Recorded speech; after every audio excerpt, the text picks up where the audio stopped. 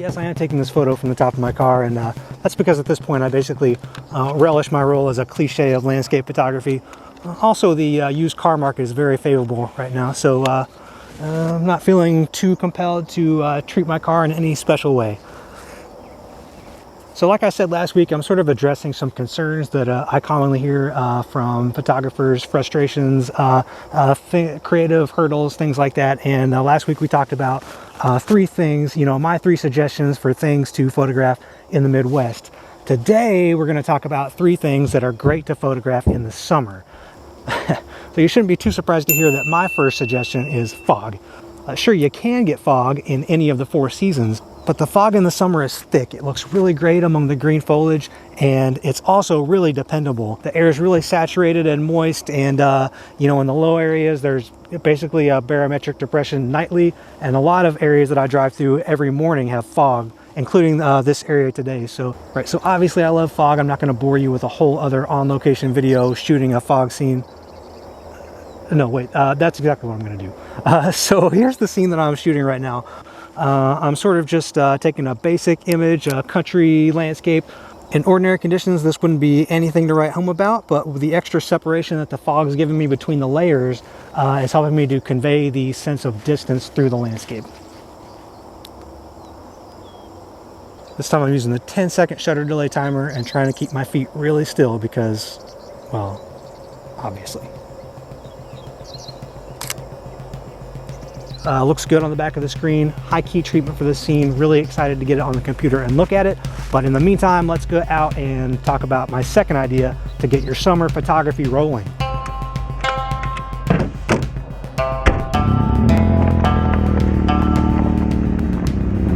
So my number two big summer photo op was going to be fireflies. If you saw my last week's video, I nabbed that one for the Midwest also. I claimed it for the Midwest. But I did want to drive home that fireflies are like a really temporary opportunity, and you want to get out and photograph them while you can in the summer. So I split the firefly section into two videos. Last week we recorded in the field section, so I'll summarize that now.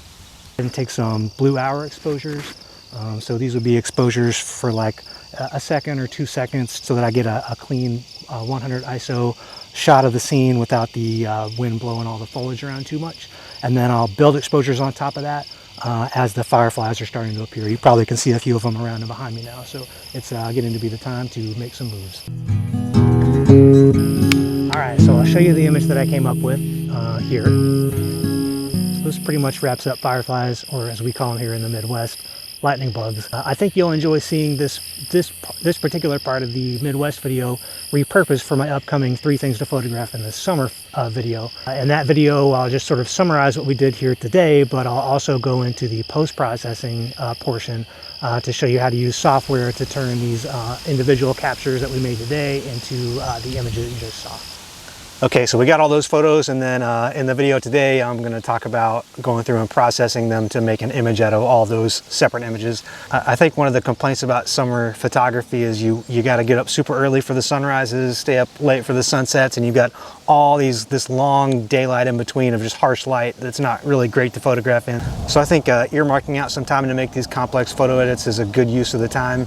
And today I thought, why not just do it in the most summery way possible, at a picnic table, in the park, in the outdoors. So don't just think of this as a tutorial, but also a general reminder that it's a great time to be outside.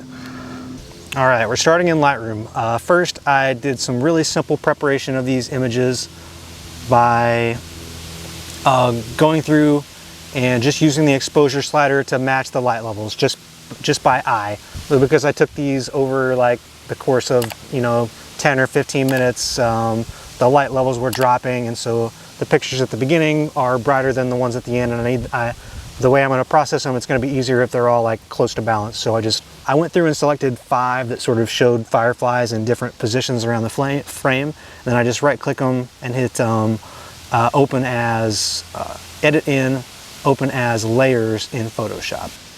And then ideally Photoshop will import all these images into a single document as layers, but I couldn't get it to work this time because Adobe's trash.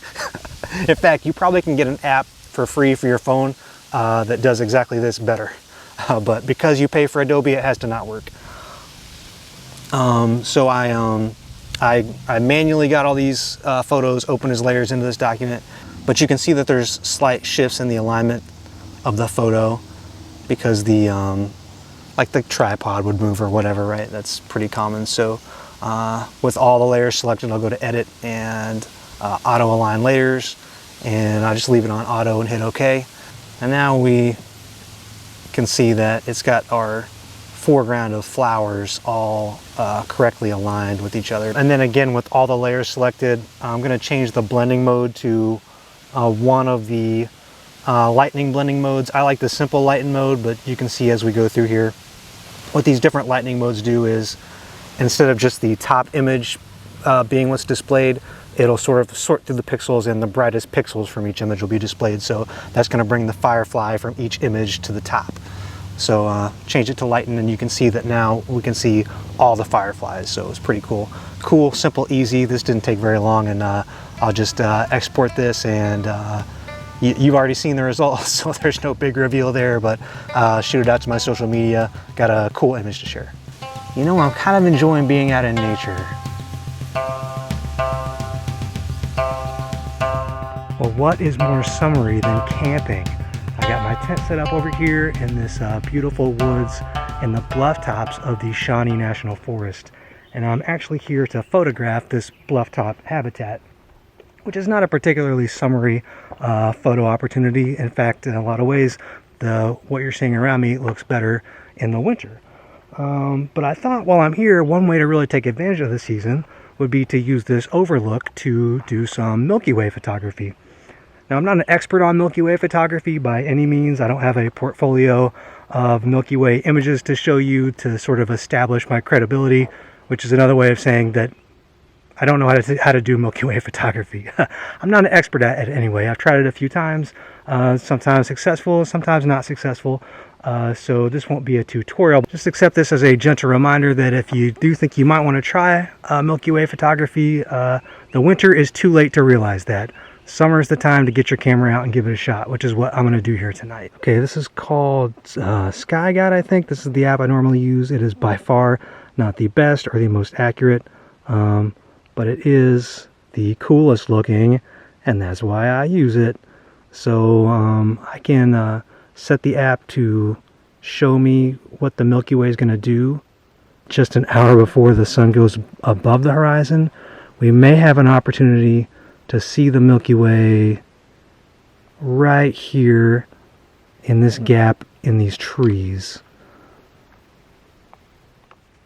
Stopped to have a granola bar.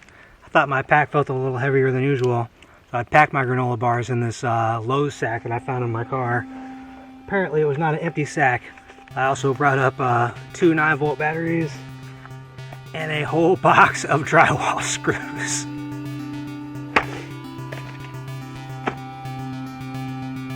And I gotta take them back down.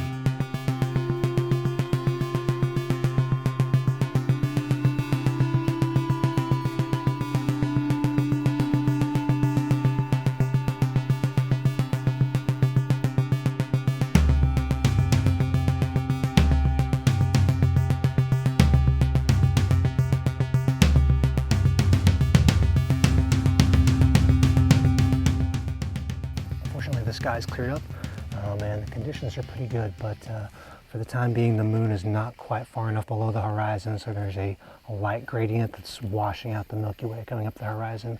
I'll just put the picture here on the screen, so that'll be the easiest way for you guys to see what I'm talking about. And the only problem is here in about half an hour, the sun's going to come up from behind me, and that's going to start putting a gradient washing out the Milky Way from the top down. So yeah, it's just a matter of balancing the moon going down and the sun coming up, and whether I've got 10 or 15 minutes of black sky in between where I can catch the Milky Way. But otherwise, the images I'm taking look pretty nice. Well, notoriously, these images do always look better on the back of the screen than on the computer, but